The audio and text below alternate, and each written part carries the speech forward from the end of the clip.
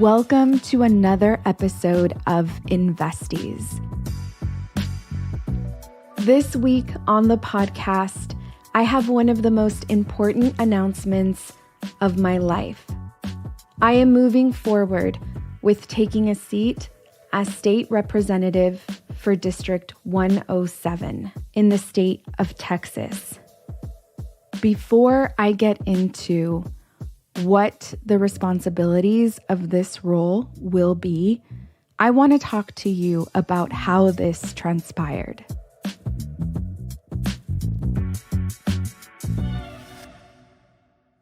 This year in 2023, I have been able to acknowledge the lack of representation in monetary policy from the perspective of people of color. And this has been something that has been deeply bothering me. Those that are closest to me have heard me talk about this over and over again. When I watch Fed Chair Powell talk about monetary policy and he is being questioned by a room of reporters that is very important because these reporters are not only holding policymakers accountable, but they also have the power to plant seeds of perspective. It is very rare to see even reporters that are people of color questioning the actions of monetary policymakers.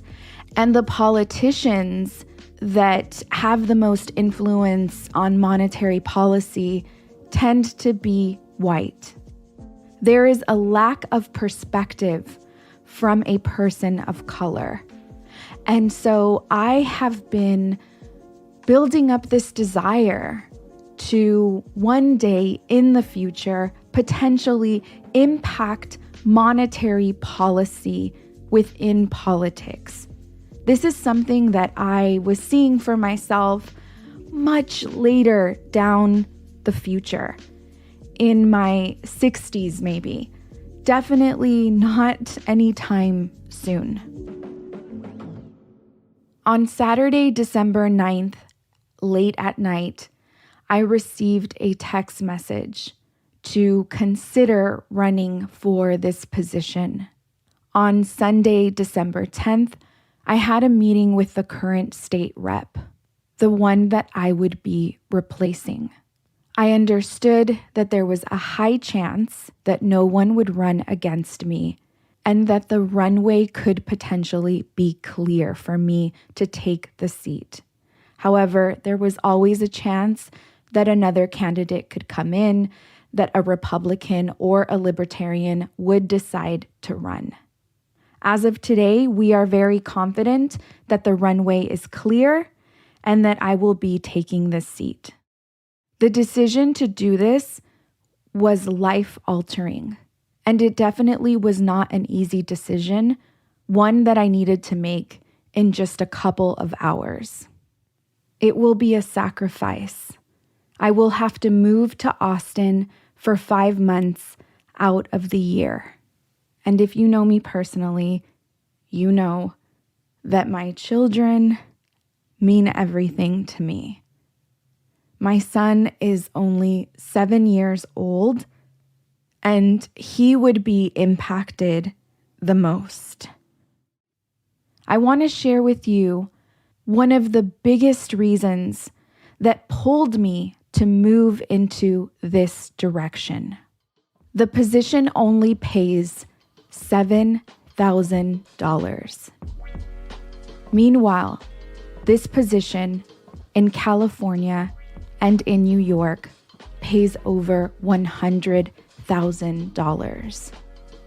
When I heard that only $7,000 is what someone in this position earns, I wanted to take the seat because I understood that if they did not find anyone by the following day at 6 p.m., that this seat could potentially go to a Republican.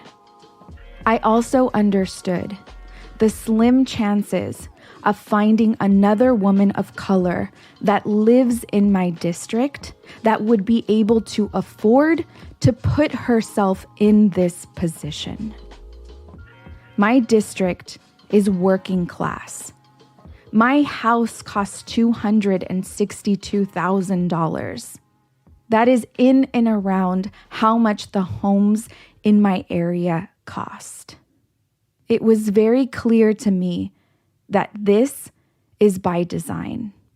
I went onto the internet and I checked to see how much other states paid for this position, and I saw a common thread.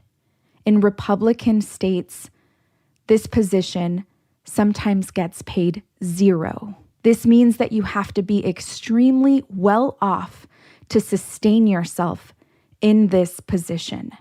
As soon as I put those pieces of the puzzle together, I felt like there was no turning back.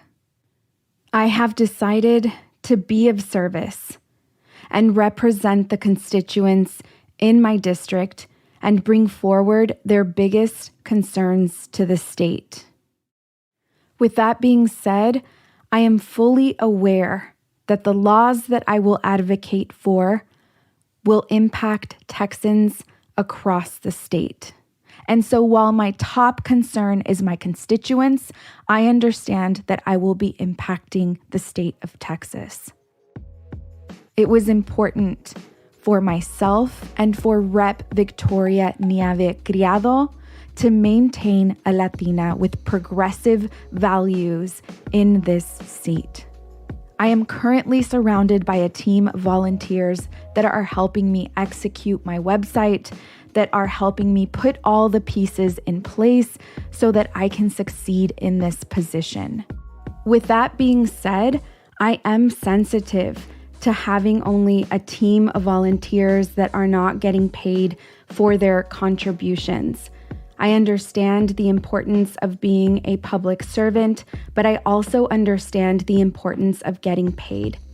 At this moment, we have no funds in the account, and I want to make sure that I can hire a staff, that I can go out and campaign to those that have never met me before.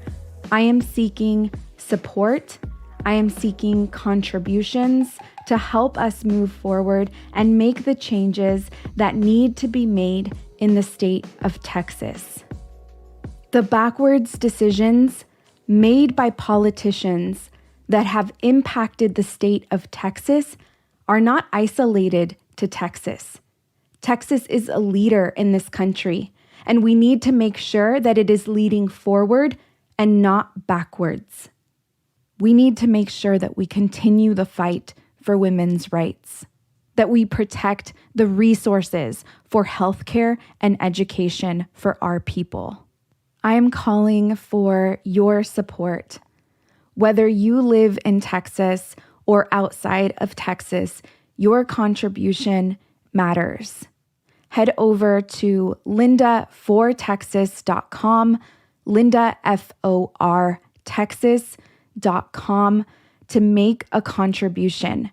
Your contribution is going to help mobilize a team of volunteers. It's going to help support me through this entire process.